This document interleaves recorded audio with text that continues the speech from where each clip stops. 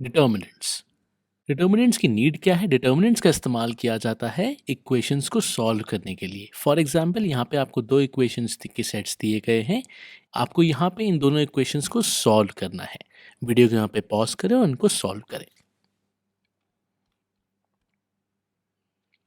आप देखते हैं कि इनका सॉल्यूशन आता है, पहले वाले का x equal to 2 and y equal to 0 और दूसरे का x equal to 1, y equal to 3 and z equal to 2। आपने यहाँ पे नोटिस किया होगा कि पहली इक्वेशन को सॉल्व करने में आपको भले ही कम टाइम लगा हो, पर दूसरी इक्वेशन के सेट को सॉल्व करने में ज़्यादा टाइम लगा, क्योंकि यहाँ पे 3 वेरिएबल्स थे। तो अगर हम नंबर ऑफ वेरिएबल्स और बढ़ा दें तो क्या हम आराम से उनको सॉल्व कर पाएंगे? आंसर है नहीं। इसीलिए ज़्यादा वेरिएबल्स वाली इक्वेशंस के सेट्स को सॉल्व करने के लिए डिटर्मिनेंट्स का इस्तेमाल किया जाता है। For example area of triangle half into base into height होता है। वहीं पे एक और फॉर्मूला होता है एरिया का, हीरोज फॉर्मूला आपने पढ़ा होगा, जो जिसमें कि सेमी पेरीमीटर का इस्तेमाल किया जाता है।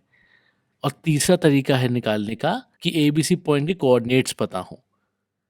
तीसरे तरीके के लिए हम डिटर्मिनेंट का इस्तेमाल करके एरिया ऑफ ट्रायंगल भी निकाल सकते हैं, अगर हमको वर्टिसेस के कोऑर्डिनेट्स पता है। तो ये स्टार्ट करते हैं पहला topic, what is a determinant.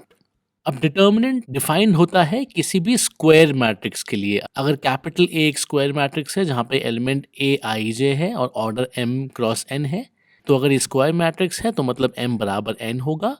तो अगर इस मैट्रिक्स से हम कोई नंबर एसोसिएट करना चाहें, रियल नंबर हो या कॉम्प्लेक्स नंबर हो, वो होता है डिटर्मिनेंट ऑफ मैट्रिक्स ए।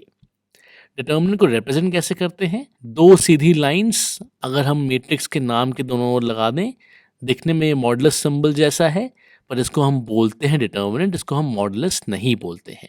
किसी नंबर के लिए अगर हम ऐसा सिंबल लगाते हैं तो उसको मॉडुलस बोलते हैं, पर अगर किसी मैट्रिक्स के लिए हम ऐसा सिंबल लगाते हैं तो वो डिटर्मिनेंट ऑफ दैट मैट्रिक्स बन जाता है। फॉर एग्जाम्पल अगर एक स्क्वायर मैट्रिक्स है 3x3 ऑर्डर की, ए 148269547, तो उसका डिटर्मिनेंट लिखने के लिए हम इसको ऐसे लिखते हैं। मैट्रिक्स में स्क्वायर ब्रैकेट्स आते हैं, यहाँ पे बस वर्टिकल लाइंस बनाई जाती हैं दोनों एंड पे, और उसको बोलते हैं determinant of matrix A. Determinants is only defined for square matrices. Square matrix के लिए ही डिटर्मिनेंट डिफाइन किया जाता है, मतलब m इक्वल टू n होना ज़रूरी है।